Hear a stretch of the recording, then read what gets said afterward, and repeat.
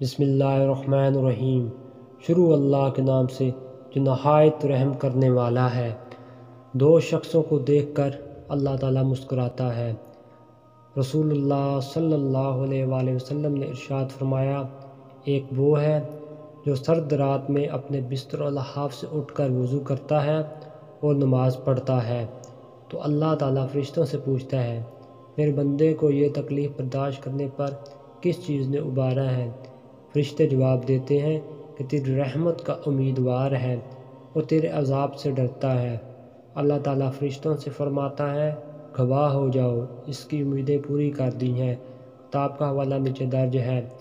یعنی اگر آپ رات کو اٹھ کر تہجد کی نماز پڑھتے ہیں تو اللہ تعالیٰ آپ کی دعائیں قبول فرمائے گا انشاءاللہ۔